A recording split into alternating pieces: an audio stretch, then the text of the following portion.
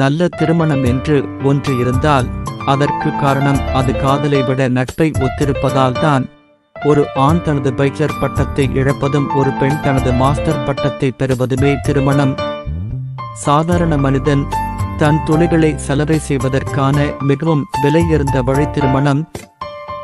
திருமணத்திற்கு முன் நீங்கள் சொன்னதையே நினைத்துக்கொண்டு ஒரு மனிதன் இரவு முழுவதும் விழித்திருப்பான். திருமணத்திற்கு பிறகு நீங்கள் சொல்லி முடிப்பதற்குள் அவன் தூங்கிவிடுகிறான். மகிழ்ச்சியான திருமணத்தின் ரகசியம் இன்னும் ரகசியமாகவே உள்ளது. மகிழ்ச்சியான திருமணத்தின் ரகசியம் சரியான நபரை தேர்ந்தெடுப்பதே.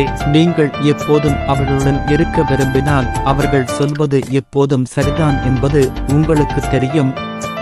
திருமணத்தின் ஒரு நன்மை என்னவென்றால் நீங்கள் அவருடனான காதலில் இருந்து விலகும் போதோ அல்லது அவர் உங்களிடம் இருக்கும் காதலில் இருந்து விலகும் போதோ நீங்கள் மீண்டும் காதலிக்கும் வரை அது உங்களை ஒன்றாக வைத்திருக்கும். மகிழ்ச்சியான திருமண வாழ்க்கையை தீர்மானிப்பது உங்களுக்குள் எவ்வளவு ஒத்துப்போகிறது என்பது அல்ல, ஒத்துப்போகாத போது அதை எப்படி கையாள்கிறீர்கள் என்பதிலேயே அது உள்ளது.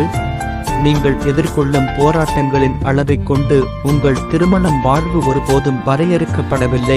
அந்த போராட்டங்களுக்கு இடையில் ஒருவருக்கொருவர் கொண்டுள்ள உறுதியால் வரையறுக்கப்படுகிறது. திருமணம் என்னை மிகவும் மகிழ்ச்சியாக ஆக்கியுள்ளது. நான் என் மனைவியை ஆழமாக காதலிக்கிறேன்.